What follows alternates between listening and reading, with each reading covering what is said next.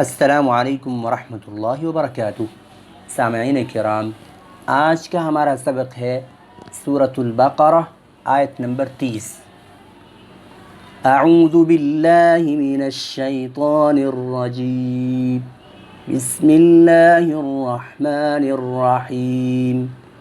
وَإِذْ قَالَ رَبُّكَ لِلْمَلَائِكَةِ إِنِّي جَاعِلٌ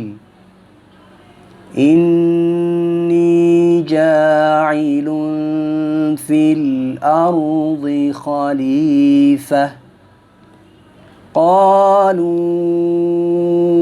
أَتَجْعَلُ فِيهَا مَن يُفْسِدُ فِيهَا وَيَسْفِكُ الدِّمَاءَ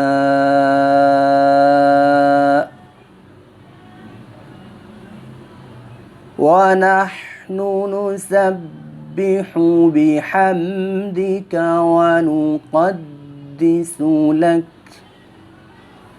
قَالَ إِنِّي أَعْلَمُ مَا لَا تَعْلَمُونَ۔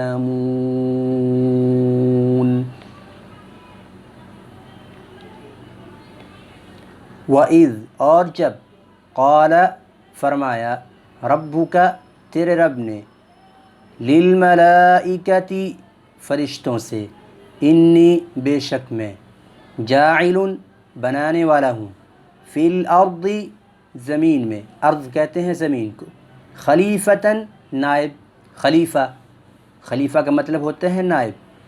قالوا تو ان فرشتوں نے کہا، اتجعل اے رب کیا تو بنانے لگا ہے، فیہا اس زمین میں، من وہ، یفسد جو فساد کرے، فیہا اس میں، گویا کہ اللہ تعالیٰ نے بشری فطرت کا ایک خاص علم فرشتوں کو عنایت کیا تھا، یا اللہ تعالیٰ نے انسانیت سے پہلے کوئی اور مخلوق بھی یہاں پر پیدا کی تھی جس نے زمین پر فساد مچایا ہوا تھا، فساد کیا تھا، تو فرشتوں نے اس چیز سے اندازہ لگایا۔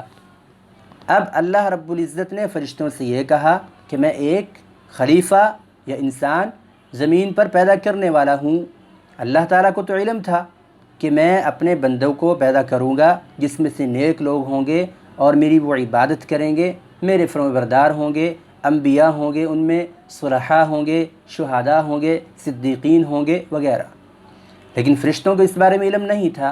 فرشتوں نے ایک اندازے کے مطابق، یا جو کچھ زمین میں ہو چکا تھا، یا اللہ تعالیٰ نے جو انہیں بشری فطرت کا ایک علم دے دیا تھا، اس کے مطابق انہوں نے اللہ تعالیٰ سے یہ کہا، وَيَسْفِكُ اور وہ بہائے، الدِّمَاءَ خون، وَنَحْنُ اور ہم، نُسَبِّحُ تسبیح بیان کرتے ہیں، بِحَمْدِكَ تیری تعریف کے ساتھ، اور ہم تسبیح بیان کرتے ہیں تیری تعریف کے ساتھ، وَنُقَدِّسُ اور پاکیزگی بیان کرتے ہیں لَكَ آپ کی، اے اللہ ہم تیری پاکیزگی بیان کرتے ہیں، تیری عبادت کرتے رہتے ہیں، ہم صبح و شام، ہم ہر وقت تیری تسبیحات بیان کرتے ہیں اے اللہ، تو ایک انسان پیدا کرنے کی کیا ضرورت ہے؟ قال تو اللہ تعالیٰ نے فرمایا، انی بے شک میں، اعلم جانتا ہوں، ما وہ، لا تعلمون جو تم نہیں جانتے۔ اللہ تعالیٰ نے فرمایا میں سب کچھ جانتا ہوں، میں غیب کو جانتا ہوں، تم غیب نہیں جانتے، تمہیں اس چیز کا علم نہیں ہے جس چیز کے لیے میں نے اپنے بندے کو پیدا کرنے ہیں، میں نے آدم کو پیدا کرنا ہے۔ تو اللہ رب العزت نے پھر آدم علیہ السلام کو پیدا فرمایا۔